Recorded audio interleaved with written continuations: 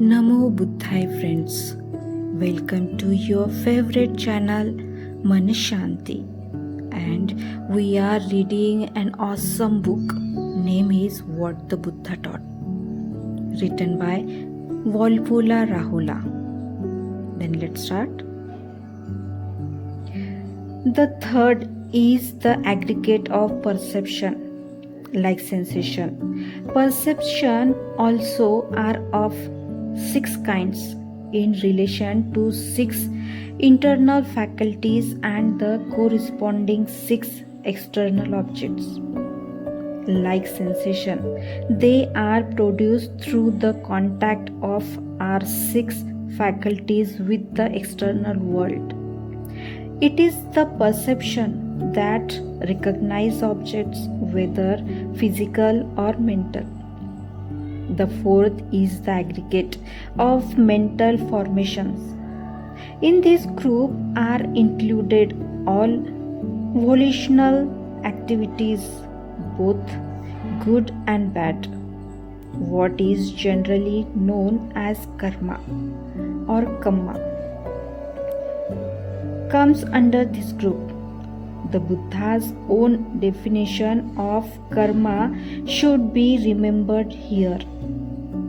O bhikkhus, it is volition that I call karma. Having willed, one acts through body, speech and mind. Volition is mental construction, mental activity. Its function is to direct the mind in the sphere of good, bad, or neutral activities. Just like sensation and perception, volition is of 6 kinds, connected with the 6 internal faculties and the corresponding 6 objects, both physical and mental, in the external world. Sensation and perception are not volitional actions. They do not produce karmic effects. It is only volitional action such as attention, will, determination, confidence, concentration, wisdom, energy, desire, repugnance or hate, ignorance, conceit, idea of self, etc., that can produce karmic effects. There are 52 such mental activities which constitute the aggregate of mental formations. The fifth is the aggregate of consciousness. Consciousness is a reaction or response which has one of the 6 faculties, that is eye, ear, nose, tongue, body and mind, as its basis, and one of the 6 corresponding external phenomena visible from sound, odor, taste, tangible things and mind objects, that an idea or thoughts as its objects. For instance, visual consciousness has the eye as its basis and a visible form as its object. Mental consciousness has the mind as its basis and a mental object, that is an idea or thought, as its object.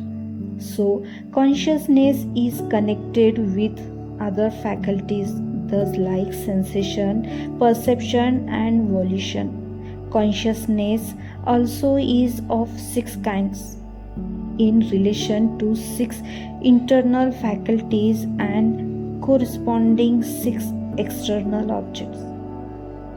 It should be clearly understood that consciousness does not recognize an object. It is only a sort of awareness of the presence of an object. When the eye comes in contact with a color, for instance, blue. Visual consciousness arises, which simply is awareness of the presence of a color, but it does not recognize that it is blue. There is no recognition as this stage. It is perception, the third aggregate discussed above, that recognize that it is blue. The term visual consciousness is a philosophical expression denoting the same idea as is conveyed by the ordinary word seeing. Seeing does not mean recognizing.